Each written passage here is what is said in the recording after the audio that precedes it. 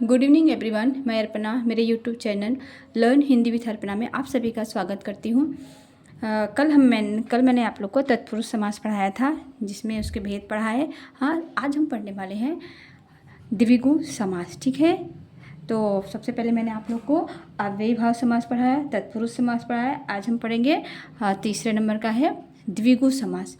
ठीक है, तो सबसे पहले जानेंगे द्विगु समास क्या है। हाँ, तो द्विगु समास में पूर्व पद संख्यावाची। हाँ, ध्यान देना, पूर्व पद मैंने बताया ना, पूर्व पद क्या है? जो प्रथम वर्ण है, प्रथम शब्द है, प्रथम। और उत्तर पद क्या है? जो द्वितीय पद है। ठीक है, तो पूर्व पद संख्यावाची। हाँ, पूर्व पद क्या है? संख्यावाची होता है। इसमें विग्रह करते समय समाहार या समूह शब्दों का प्रयोग किया जाता है। क्या होगा? समाहार या समूह शब्दों का प्रयोग। जब हम समस्त पद का विग्रह करेंगे तो उसमें समाहार या समूह शब्दों का प्रयोग का। ठीक है, अभी उदाहरण के माध्यम से समझेंगे कि द्विगु समास में क्या है, द्विगु समास क्या है हमें। ठीक है, तो क्या है? नवरत्न, नौ रत्नों का समूह क्या बताया गया है? पूर्व पद क्या होगा? संख्यावाची। तो नौ क्या है? हिंदी में नौ को क्या बोलते हैं? नौ संख्या है ना, नौ एक अंक है, जैसे 9 जो बोलते हैं इंग्लिश में, 9। फिर क्या है? ये रत्न। तो जो पूर्व पद क्या है? संख्यावाची।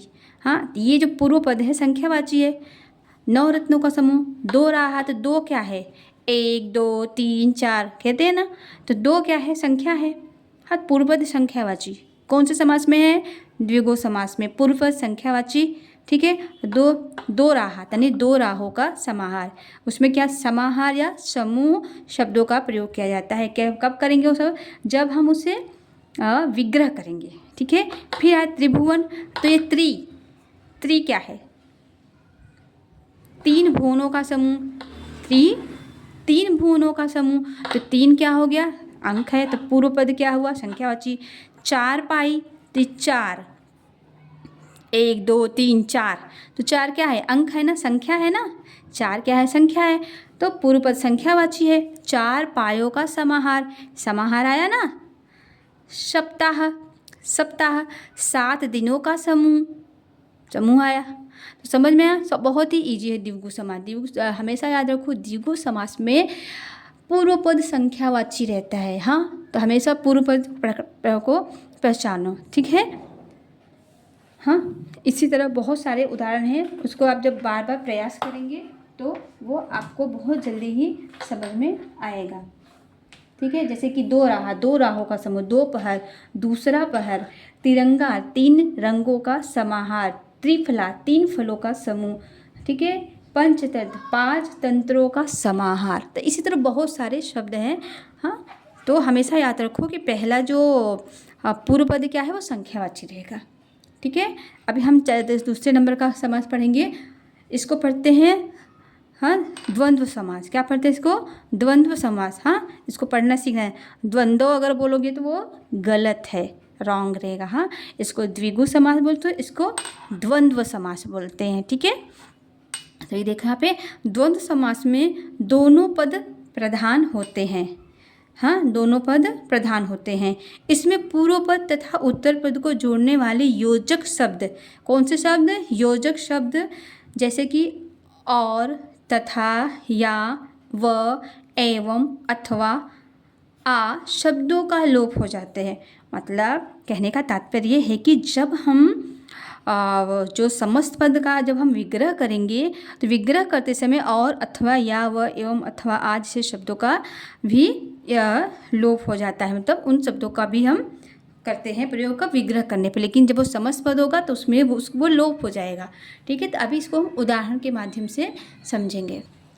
ठीक है, तो द्वंद्व समास का उदाहरण है, देखो, भाई बहन। बोलते हैं ना, ये भाई बहन है, लेकिन अगर इसका जब हम विग्रह करेंगे तो क्या हो जाएगा? भाई और बहन। तो क्या बना? जो मैंने अभी बताया, और, तथा, एवं, अथवा, इन सब शब्दों का लोप हो जाता है। तो यहाँ पे लोप हो गया ना, दिखाई दे रहा है। और, अथवा, एवं, भाई बहन। बोलते हैं ना भाई बहन। ऊंच नीच, घर बाहर कहाँ है पता नहीं, पाप पुण्य होता रहता है, ऐसा बोलते शब्द ना। हाँ, तो इन ये सब शब्दों को, हाँ, पाप व पुण्य, तो यहाँ पे वह शब्द का तो वह जो है उसका वर्ण का तो लोप हो गया है ना, नहीं है, तो वही बता रहे हैं कि उन शब्दों का लोप हो जाता है, लेकिन जब हम विग्रह करेंगे तो वो शब्द आ जाते हैं। भाई बहन, भाई और बहन, ऊंच नीच, ऊंच तथा नीच, घर बाहर, घर या बाहर, पाप पुण्य, पाप व पुण्य, हाँ, देश विदेश, देश और विदेश, हाँ, यश अपयश, यश और अपयश, दो चार, दो या अथवा चार, जीवन मृत्यु, जीवन और मृत्यु, छोटा बड़ा, छोटा या बड़ा, माता पिता, माता और पिता, ऐसे बहुत सारे शब्द हैं। हाँ, तो जिन शब्दों में ऐसा और अथवा एवं आता है तो वो कौन से शब्द होंगे, कौन सा समास होगा? द्वंद्व समास। कौन सा समास होगा? द्वंद्व समास। ठीक है, अब हम पढ़ेंगे कर्मधारय समास। कर्मधारय समास क्या है? देखिए, कर्मधारय समास में पूर्व पद क्या है? पूर्व पद तथा उत्तर पद में विशेषण विशेष अथवा उपमान उपमेय का संबंध होता है, अर्थात इसमें पहला पद, कौन सा पद? पहला पद मैंने बताया, पूर्व पद को क्या बोलते हैं? पहला पद विशेषण तथा दूसरा पद विशेष्य होता है। अब ये कैसे होता है ये हम उदाहरण से समझेंगे, ठीक है। लेकिन आप हमेशा याद रखो कि कर्मधारय समास में क्या होता है? पहला पद विशेषण होता है और दूसरा पद विशेष्य होता है, ठीक है। अब यहाँ समझेंगे उदाहरण के माध्यम से। देखो, मैंने यहाँ पे लिखा विशेषण, विशेष कैसे होता है वो भी समझ में आए। अधपका, अधपका, आधा है पका। अभी कोई भी फल आधा पका है तो हम पूछेंगे इस फल में क्या विशेषता है, क्योंकि वो आधा पका हुआ है। तो अधपका, अध, अध का अर्थ क्या हुआ? आधा, पका, तो अध आधा है पका जो, उसे क्या बोलेंगे? अधपका, ठीक है। तो अध क्या हुआ? विशेषण, और पका क्या हो गया? विशेष्य। नील गगन, नीला है गगन जो, तो अभी गगन किसको बोलते हैं? आकाश को, आसमान को। तो गगन की क्या विशेषता है? आप आसमान की देखो, नील गगन, तो नील क्या हो गया? विशेषण, और गगन क्या हो गया? विशेष्य, क्योंकि पूर्व पद बताया ना, पहला पद क्या है? विशेषण है और दूसरा पद विशेष्य होता है, ठीक है। तो गगन की क्या विशेषता है? क्योंकि वो नीला है। महाराजा, महान है जो राजा, महाराजा महान है जो राजा। अभी देखो, महा और राजा, महा क्या हो गया? विशेषण, यानी महान। राजा में क्या विशेषता है? कि वो महान है। मालगाड़ी, माल लाने की गाड़ी, ठीक है। ये क्या है? कर्मधारय समास। बहुत इसमें भी उदाहरण है, जैसे कि लाल टोपी, लाल है टोपी जो। अश्रु गैस, अश्रु लाने वाली गैस। दुरात्मा, बुरी है आत्मा जो। पीताम्बर, पीला है अंबर जो। महात्मा, महान है आत्मा जो, बताया मैंने अभी आपको। श्वेतांबर, श्वेत है अंबर जो। मधुमक्खी, मधु देती है मक्खी जो। पर्णकुटी, पर्ण यानी पत्तों से बनी हुई कुटी, ठीक है। ठीक है, अभी देखो 6 नंबर का है बहुव्रीहि समास। हाँ, अभी हम जानेंगे बहुव्रीहि समास क्या है। बहुव्रीहि समास किसे कहते हैं? बहुव्रीहि समास में कोई भी पद प्रधान नहीं होता, ध्यान रखना। बहुव्रीहि समास में कोई भी पद प्रधान नहीं होता। पूर्व पद तथा उत्तर पद मिलकर एक अन्य पद, क्या बता रहे हैं यहाँ पे? एक अन्य पद की ओर संकेत करते हैं, यानी इशारा करते हैं। बहुव्रीहि समास में कोई भी पद प्रधान नहीं होता है। पूर्व पद तथा उत्तर पद मिलकर क्या करते हैं? ये अन्य किसी तीसरे की ओर संकेत करते हैं, इसे बहुव्रीहि समास कहते हैं। अभी कैसे करते हैं वो तो हम उदाहरण के माध्यम से ही समझ पाएंगे ना। देखिए यहाँ पे क्या है? गजानन, गजानन। अभी गजानन दोनों पद क्या बता, कोई भी पद प्रधान नहीं है।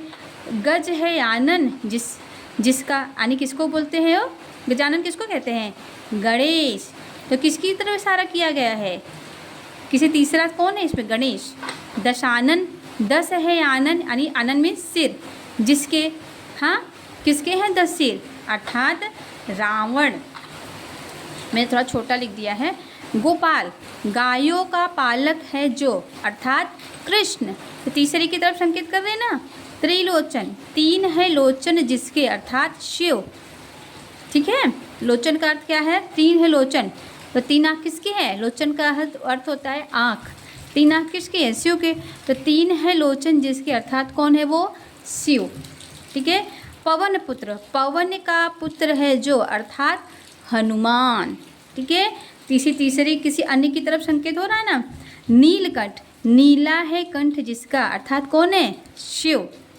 एक दंत, एक है दांत जिसका, अर्थात कौन हुआ वो, गणेश। तो ठीक है, क्या हुआ ये, बहुव्रीहि समास। हमेशा याद रखो, बहुव्रीहि समास में कोई भी पद प्रधान नहीं होता है। उत्तर पद, पूर्व पद तथा उत्तर पद मिलकर अन्य पद की ओर संकेत करते हैं। हाँ ठीक है, तो आज हमने पढ़ा, हाँ आज हमने द्विगु समास पढ़ा, द्वंद्व समास पढ़ा, कर्मधारय समास पढ़ा और बहुव्रीहि समास पढ़ा। ठीक है, अभी कल के लेक्चर में हम और भी जानेंगे, हाँ उसके आगे भी पढ़ेंगे कर्मधारय और बहुव्रीहि समास में क्या अंतर है, द्विगु और बहुव्रीहि समास में क्या अंतर है, और हमने समास जो पढ़ाया मैंने उसमें क्या क्या सीखा, तो वो कल के लेक्चर में मैं पढ़ाऊँगी। आज के लिए बहुत बहुत धन्यवाद। आप लोग को मेरा ये पढ़ाने का तरीका कैसा लग रहा है, प्लीज़ उसके लिए लाइक कीजिए, सब्सक्राइब कीजिए, कमेंट कीजिए, हाँ मैं कैसा पढ़ा रही हूँ। ठीक है, बहुत बहुत धन्यवाद।